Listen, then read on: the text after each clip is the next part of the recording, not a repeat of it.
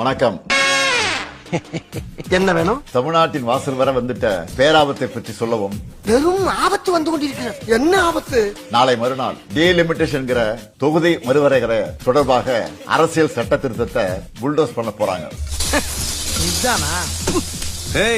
என்ன என்ன கேவலமா பாத்துட்டு போற? போர் அடிச்சு போச்சியா? போயா. தென் மாநிலங்கள் பாதிப்படையாது என உத்தரவாதம் தரணும்னு கேட்டோம். பதில் இல்ல. डिलिमिटेशन के बाद दक्षिण के एक भी राज्य का एक भी सीट कम नहीं होगा. பதில் இல்ல.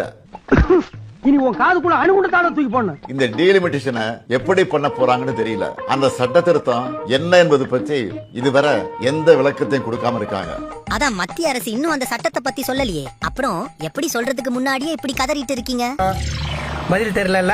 மூழ்ச்சது போதும், போய் ஒரு முட்டா ஆம்லெட் போடு. 50கள் 60களை பார்த்த பழைய திமுகவை இந்தியா திரும்பவும் பார்க்க வேண்டியிருக்கும். நீ என்னோட ஒரு முகத்தை தான் பார்த்திருக்கிற, எனக்கு இன்னொரு முகம் இருக்கு. அந்த மூஞ்சாவது நல்லா இருக்குமா? பார்க்கலாம். இவன் என்ன மிரட்டுகிறான்னு நினைக்காதீங்க. நான் உங்களை எச்சரிக்கிறேன்.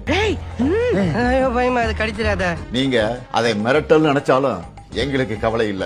எங்க வீர வாழ்க்கையில இதெல்லாம் ரொம்ப சகஜம். ஆமா, இவரு கட்டபொம்மன் பேர, இவருக்கு வீர வரலாறு வேற.